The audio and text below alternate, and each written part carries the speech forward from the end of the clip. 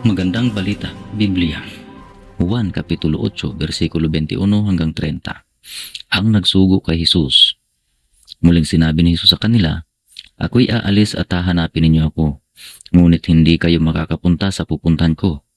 Mamamatay kayo sa inyong mga kasalanan." Nag-usap-usap ang mga Hudyo. Magpapakamatay kaya siya kaya niya sinabing hindi kayo makakapunta sa pupuntahan ko? Kaya't sinabi ni Jesus, "Kayo'y mula dito sa ibabaw, ako'y mula sa itaas. Kayo'y taga sanlibutan ito, ngunit ako'y hindi. Sinabi ko sa inyong mamamatay kayo sa inyong mga kasalanan. Kung hindi kayo maniniwalang ako'y ako nga, mamamatay kayo sa inyong mga kasalanan." "Sino ka nga bang talaga?" tanong nila. Sumagot si Jesus, "Sinabi ko na sa inyo noong simula pa lamang kung sino ako.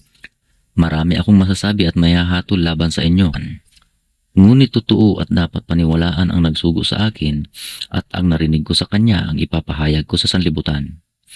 Hindi nila naunawaan na ang Ama ang tinutukoy niya.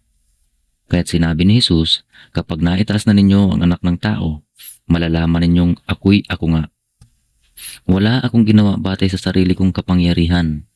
Ang ipinapasabi lamang ng Ama ang siya kong sinasabi, at kasama ko ang nagsugo sa akin at hindi niya ako iniwan, sapagkat lagi kong ginagawa ang kalugod-lugod sa Kanya." Maraming nakarinig nito at naniwala sa Kanya.